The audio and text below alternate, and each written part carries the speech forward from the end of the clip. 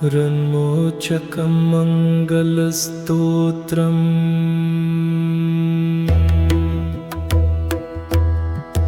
मङ्गलो भूमिपुत्रश्च ऋणहर्ता धनप्रदः स्थिरासनो महाकायः सर्वकर्माविरोधकः लोहितो लोहिताक्षश्च सामगानां कृपाकरः धरात्मज कुजो भौमो भूतिदो भूमिनन्दन अंगारको यमश्चैव सर्वरोगापहारकः वृष्टिकर्तापहर्ता च सर्वकामफलप्रदः एतानि कुजनामानि नित्यं यः श्रद्धया पठेत् ऋणं न जायते तस्य